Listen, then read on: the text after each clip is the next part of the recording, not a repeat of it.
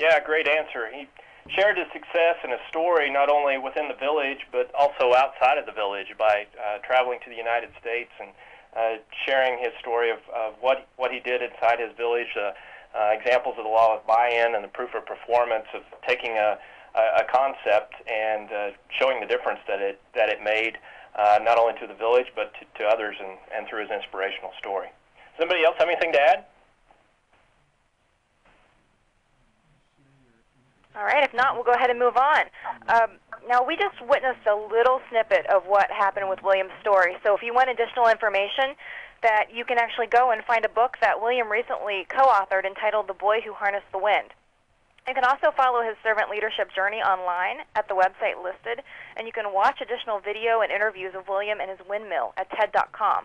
Following this webinar, an informational sheet on servant leadership will include the web addresses, and it will be sent out. Okay, sort of shifting gears here a little bit, let's look at one of the big myths that I'm sure we've all heard at some point in our lives about leadership. And it's really that idea of a positional aspect, that perhaps in your job, home, or community, you feel that servant leadership is only for those in leadership positions. And that is definitely a myth. Yes, it is definitely a myth. And remember that the first principle of servant leadership is valuing people and relationships, as we discussed earlier. So servant leaders really put in a very high importance and have a high regard for people and relationships. Now, this importance is at all levels, no matter the position or the title, whether you're a meteorologist intern or a MIC or regional director. It's an attitude and essential to success. So instead of asking yourself the question, well, how can I make people do things? Servant leaders will actually ask questions like, what do people need, or possibly, how can I hope and help those people reach the needs that they're trying to get? Servant leaderships coach others, they encourage, they develop others, and they utilize the talents and skills of the people around them. And a sense of community is built by servant leadership through listening to others and working together for the common good. Work, home, and community all offer opportunities for servant leadership, no matter where you are in life. Dorothy Welch in this next video clip shows this perfectly.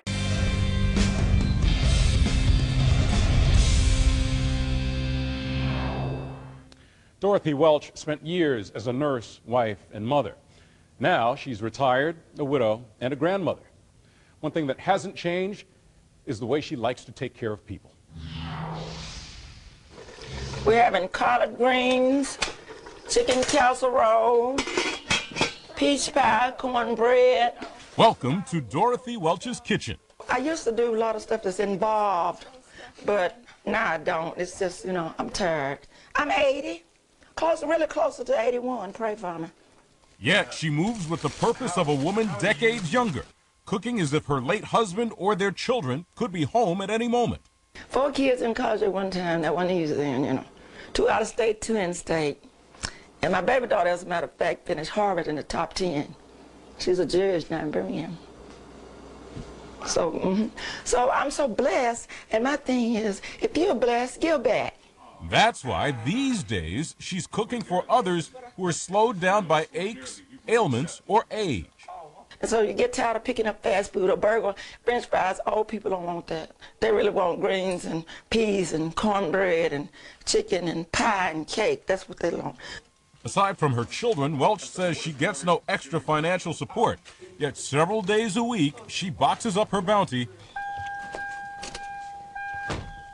and heads out on trips that profit friends and neighbors around Midfield and Fairfield. She brings us food. She come back and pick up her containers, and so we just love her and we appreciate her. How's the food? Excellent, excellent. Minutes later, Welch is off to 2 more stops to visit Tamisha Williams' aunts. It's very uplifting because I hope when I get 80-something that I have that same energy.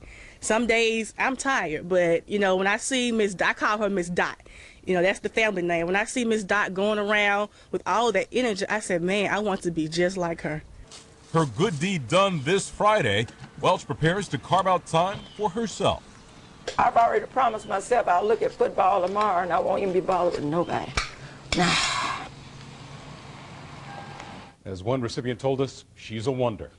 If you know someone who's serving others in your community, go to myfoxal.com and type serving others in the search box and try to leave your phone number.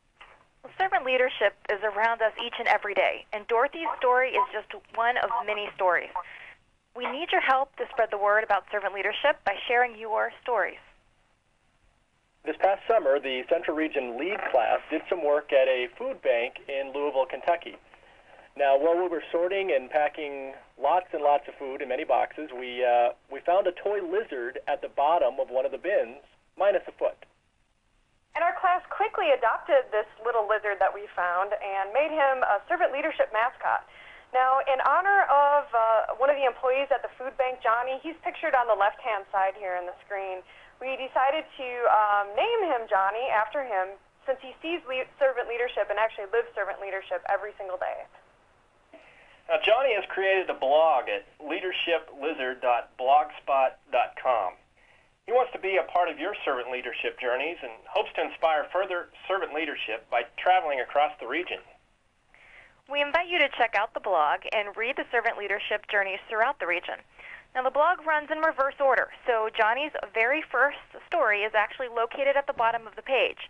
The most recent story will always appear at the top of the website. You'll find lots of different stories on the page, and including one that I just posted from something that we did here in the Gaylord area with a community service project we took part in a couple of weeks ago. But there's also other stories, such as a food drive from the Aberdeen Weather Forecast Office. And then there's also a post from Johnny's journey to the Northern Plains Leadership and Diversity Summit, which took place in Grand Forks, North Dakota. Many of you may have participated in that summit. And that summit had participation from 11 different weather forecast offices, the North Central River Forecast Center, and Central Region. Johnny recently headed west earlier this fall to the Grand Junction office to participate in a lake cleanup project. These are just a few of the many servant leadership journeys Johnny has taken so far. Now, you too can schedule Johnny to journey to your servant leadership event. Now, at the bottom of the website is a calendar to book Johnny's travel to your servant leadership destination. Now, we ask a couple of things. We ask that you directly ship Johnny to his next location when your office is finished with him. And we also would like to see a picture of Johnny involved in the activity. And now, the only question we have left for you is, what exactly is going to be your Johnny story? Now, Johnny does have a few rules that will keep him happy. Johnny does like to travel, in case you haven't figured that out yet. And he will actually get a little smelly if he stays in one place for too long. So you need to make sure that you don't keep him any longer than 2 weeks. And once again, Johnny likes to share his servant leadership lessons and requests that you provide pictures and a write-up of your event. You can send the write-up and the photos to 2009lead@gmail.com, which can also be found on Johnny's blog. Johnny feeds off servant leadership and respect, and he's inspired by creativity and enthusiasm. Like Johnny, the journey of Darius Goes West is a story that exemplifies servant leadership. Now, the final video that we'll have you watch today is a preview of a documentary that also exemplifies servant leadership, and it's entitled Darius Goes West.